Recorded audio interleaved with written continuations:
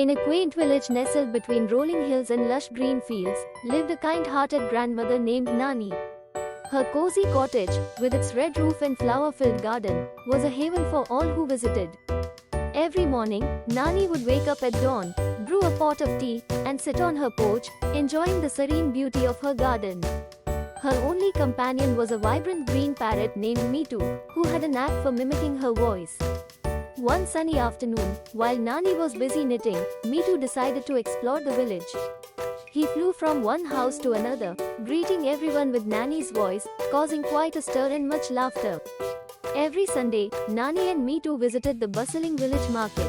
While Nani bought fresh vegetables and spices, Mitu entertained the vendors by imitating the sounds of their stalls, making the market a lively place.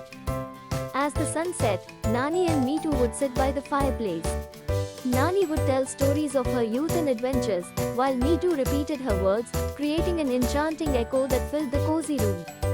Through laughter and stories, mischief and market visits, Nani and Mitu shared a special bond that brought joy to the entire village. Their days were filled with simple pleasures, woven together with love and companionship. And so, in the heart of that little village, a grandmother and her parrot taught everyone that true happiness lies in the simple moments shared with loved ones.